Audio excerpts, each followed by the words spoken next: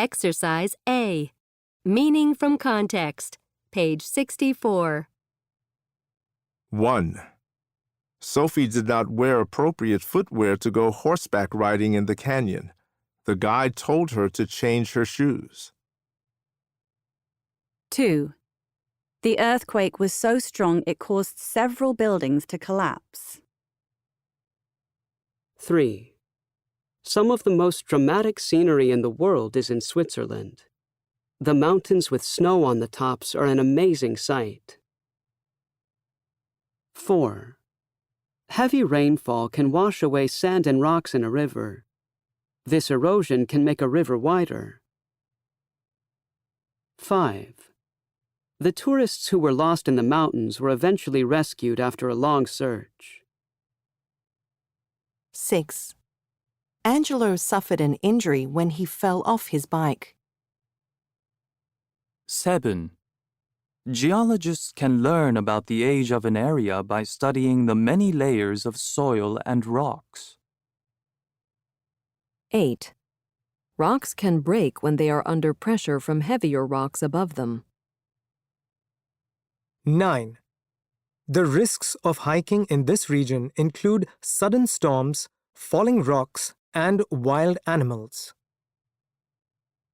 10. Are you surprised to learn that 71% of the Earth's surface is covered in water?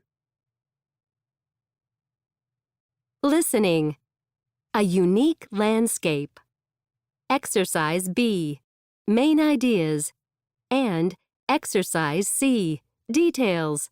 Page 66. Today, we'll begin by discussing some limestone landscapes. As you probably know, limestone is rock that is formed when sea creatures die and fall to the ocean floor. Over time, layers of skeletons build up and the bottom layers are pressed down. Eventually, the pressure turns the bones into limestone. Limestone is a relatively hard rock, but water can erode it or wash it away. Erosion leads to holes and cracks or small breaks in the rock. If this continues for thousands or even millions of years, some very dramatic landscapes can form.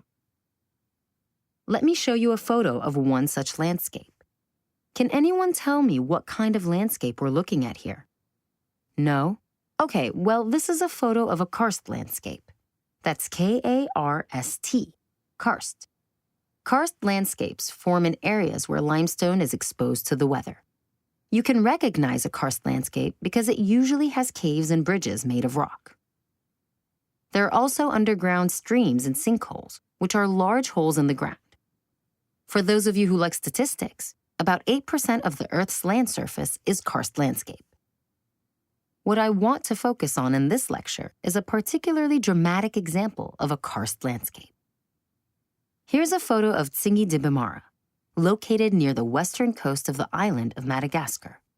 The word Tsingy can be translated in English as something like place where one cannot walk without shoes, and I think you can see why that's an appropriate name. The limestone peaks can be very sharp. In fact, some people call this area the Forest of Knives. It's really dramatic, isn't it?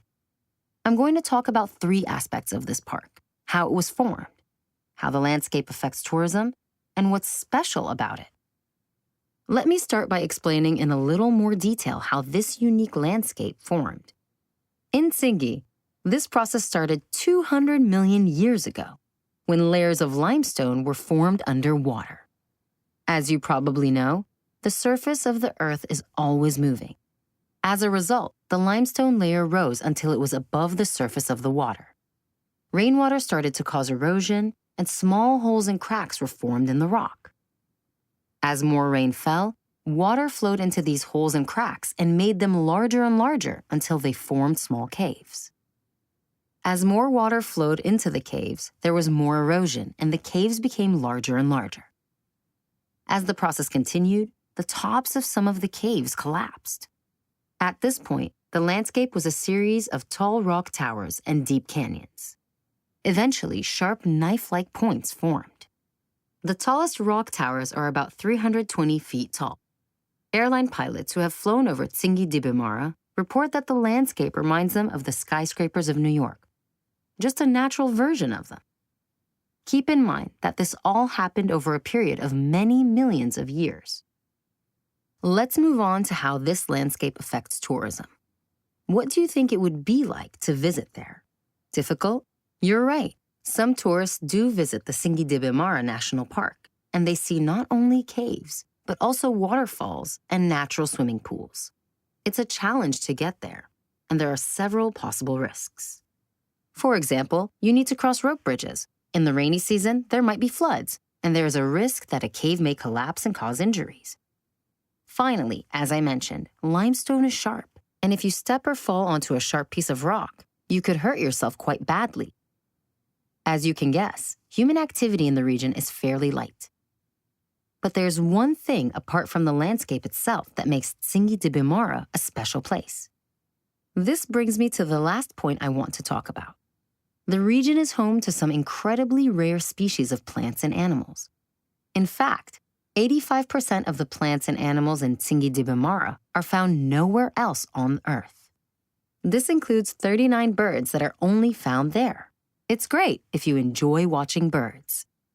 Okay, let's take a quick break. When we come back, we'll continue talking about this amazing park. Exercise D. Details. Page 67. Let me start by explaining in a little more detail how this unique landscape formed.